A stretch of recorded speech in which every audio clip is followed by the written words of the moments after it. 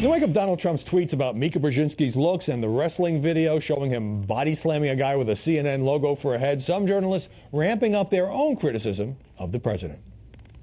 Some of the words are pretty nasty. Folks, if these actions and this language was being used by a leader in a different country, our State Department would be saying, that country is inching towards authoritarianism. It was silly, harmless nonsense, yet people lost their minds.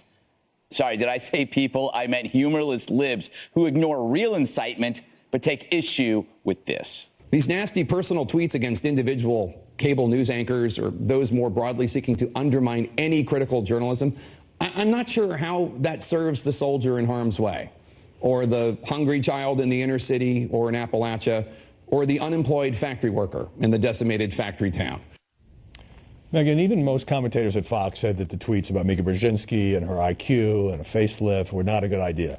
But has there been a media overreaction when we hear some of these? Well, I'm the first person to say I work on a predominantly women's show. I think men take it as a general rule, don't talk about cosmetic surgery in women ever. I think that's a good rule to live by. But I do think CNN going after the person, some random internet person who made the gif of, the wrestling match against CNN, going after someone and basically trying to blackmail them into saying nice things about CNN and threatening to expose their personal information sets a very dangerous precedent that you can be someone who's making jokes online and then you're going to have a national organization calling you and saying, hey, I'm going to expose all your information to the internet unless you apologize to us is very, very dangerous. And let's pick up on that. So some critics were using words like blackmail. CNN denies this and denies threatening this guy. He's a user of Reddit, the online message board. He created this wrestling video, a version of which Trump retweeted, and he apologized, and he also apologized for putting up racist and anti-Semitic posts. And CNN said, well, we won't tell anybody who you are as long as you stick with that apology. Was that a threat?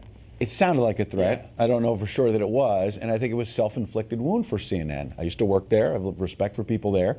But I think when you go back to Jim Acosta calling it a fake news conference and then getting some of the facts wrong where he said, about how many intelligence agencies had come up with this Russia assessment, and he sort of, calls it a fake news conference for the president, and then kind of sloppy with what the president said about, look, the New York Times had to correct that there were 17 intelligence agencies that made this determination. It's actually 4. So it was actually 4. Yeah. So it sounded like the president was more right than he was wrong. Here's the bigger point. I'll agree with something Mo said a couple of minutes ago, and I think to say something positive about someone at CNN, I think Jake Tapper is right in that last point there. Mm-hmm. And it feeds into what Mo's been saying, which is, a little bit of media bashing. Sometimes it goes a bit far with this president, number one. Number two, it can get dangerous.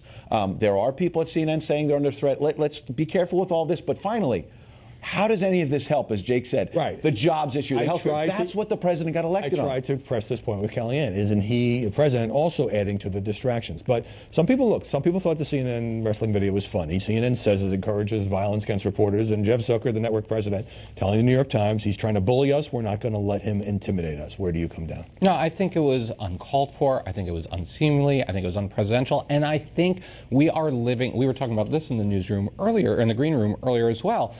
We saw there is a move right now towards overheated rhetoric that is pushing some people over the edge. And we saw some really bad behavior at Trump rallies. We saw some really bad behavior in rallies or in the protests in Berkeley. We saw the tragic situation with Congressman Scalise, right? And we're seeing more and more rhetoric like this. You can push back on the media without threatening to body slam them, right? What people were saying, the rhetoric that people say induced the attack on Scalise and the members of Congress, that video was just a visual representation of the same kind of rhetoric. It all has to tamp down. Well, I just add that he wasn't threatening to body slam. It was, some people thought, a spoof, but I understand the visual. Let me get another break here ahead. A columnist says Twitter is as harmful and as addictive as pornography. Is that really true? The media build-up to the Trump-Putin meeting and how the closed-door session was spun in the press. That's next.